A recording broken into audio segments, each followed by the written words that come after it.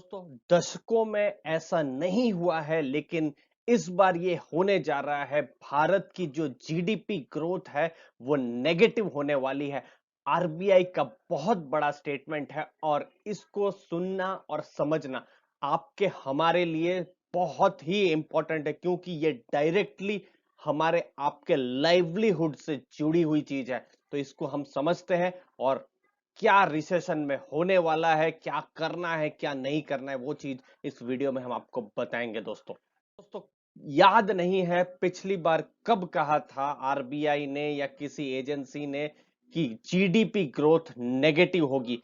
पिछले कुछ दिनों से कुछ एजेंसियां कह रही थी कि नेगेटिव होगी। हमने भी सोचा था उस पर वीडियो बना के आपको बताएं, लेकिन जब तक कि गवर्नमेंट की कोई एक रिलायबल संस्था ना बोले तब तक सही नहीं रहता। लेकिन आज आरबीआई ने कह दिया है कि जीडीपी ग्रोथ नेगेटिव रहेगी। उन्होंने 40 बेसिस पॉइंट का कट भी कर दिया। ऐसा कट की कोई प्लानिंग नहीं थी, एमपीसी मीटिंग की भी कोई प्लानिंग नहीं थी।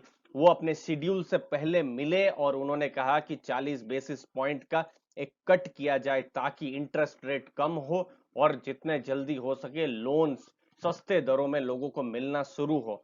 आरबीआई के गवर्नर श्री शक्तिकांत दास, उनका कहने का है कि ग्लोबल इकोनॉमी रिसेशन में जाएगी।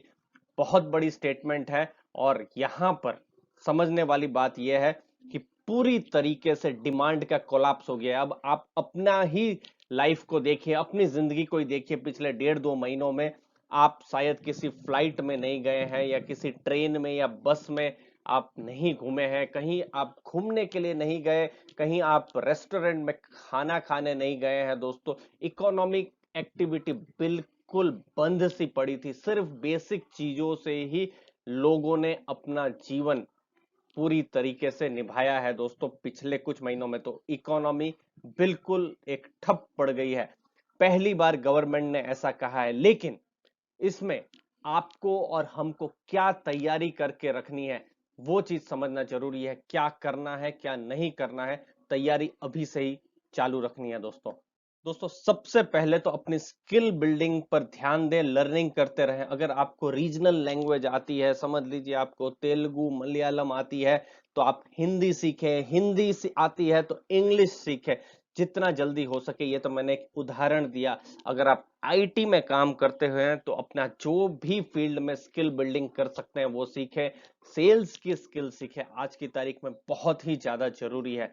अल्टरनेट इनकम के बारे में सोचे। सिर्फ जॉब पर जो भी आपको महीने में समझ लीजिए 50,000 मिलता है या 80,000 मिलता है, उस इनकम पर पूरा डिपेंडेंट नहीं होइए। आज की तारीख में डाइवर्सिफाई कीजिए। इस पर हम कुछ दिनों में एक फ्री कोर्स भी हम लाने वाले हैं कि किस तरीके से आप अपनी इनकम को डाइवर्सिफाई कर सकते हैं।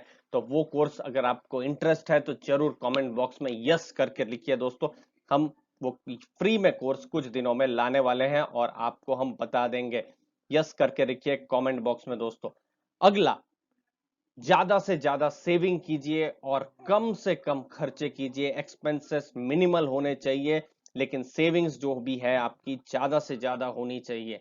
चौथी इंपॉर्टेंट चीज देखिए, इमरजेंसी जो फंड्स है उसका फंडा होता था पहले कि 3 महीना या 6 महीने तक रखा जाए। यानी समझ लीजिए आपके महीने में पूरा खर्चा होता है 40,000 तो 2,40,000 रखा जाए। लेकिन अब चीजें बहुत ही सीरियस होने वाली है। तो इसीलिए अगर 40,000 अगर महीने का खर्चा होता है तो 4,80,000 या 5 लाख रुपए के आसपास इमरजेंसी फंड रखा। लेकिन इसमें हम ये भी एक चीज जानते हैं दोस्तों कि आपके पास डेट हो सकती है। डेट यानी आपने लोन ली हो सकती है, कोई पर्सनल लोन आपकी चल रही हो या हो सकता है कार की लोन या घर की लोन चल रही हो। तो दोस्तों मोरेटोरियम जितना हो सके उसका फायदा उठाने की कोशिश करें, लेकिन तब तक मोरेटोरियम का यूज ना करें जब तक कि बिल्कुल आफत नहीं आ जाती है।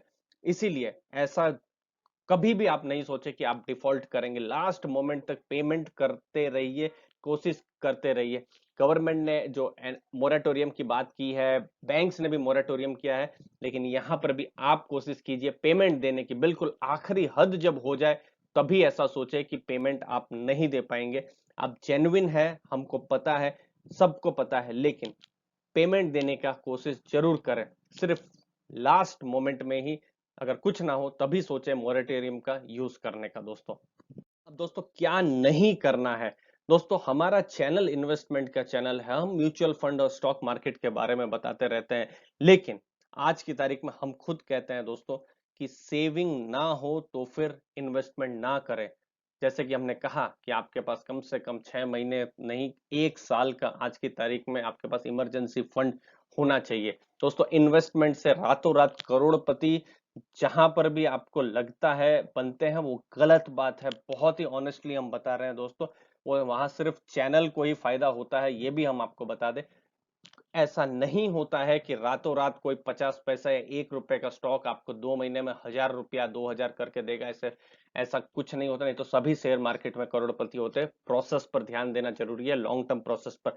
फिलहाल अपना सेविंग को जरूर देखें। अगर आपके पास अच्छी खासी सेविंग्स है तो फिर जरूर इन्वेस्टमेंट कर सकते हैं, और इन्वेस्टमेंट के लिए मौके भी आज की तारीख में मार्केट दे रहा है, क्योंकि जब इकोनॉमी रिबाउंड होगी तो मार्केट तो अच्छी होगी, लेकिन पहले अपना सर्वाइवल जरूर देखें दोस्तों। रिस्की और इलिक्विड स्टॉक से दूर रहे दोस्तों। बहुत प्रश्न आते हैं कमेंट सेक्शन में कि मेरे पास कोई स्टॉक है लेकिन मैं बेच नहीं पा रहा हूं। हम देखते हैं कि वो 30-40 करोड़ की कंपनी होती है, स्टॉक बिक ही नहीं रहे होते, तो ऐसे स्टॉक से दूर रहे।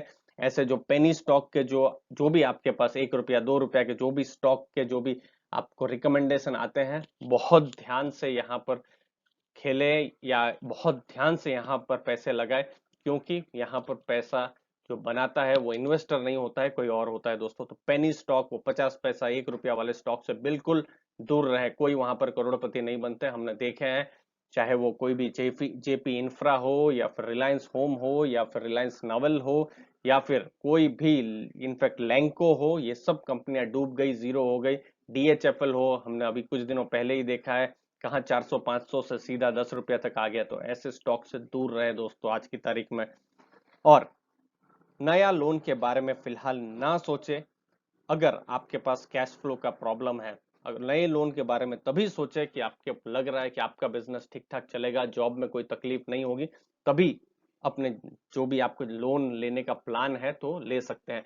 लोन लेने के लिए अगर यहाँ पर कुछ सबसे अच्छा हुआ है तो बेसिस पॉइंट कम हुआ है, तो अगले कुछ दिनों में आप देखेंगे कि जो लोन के जो रेट्स हैं वो और कम होंगे, वो एक बहुत बड़ा फायदा होगा।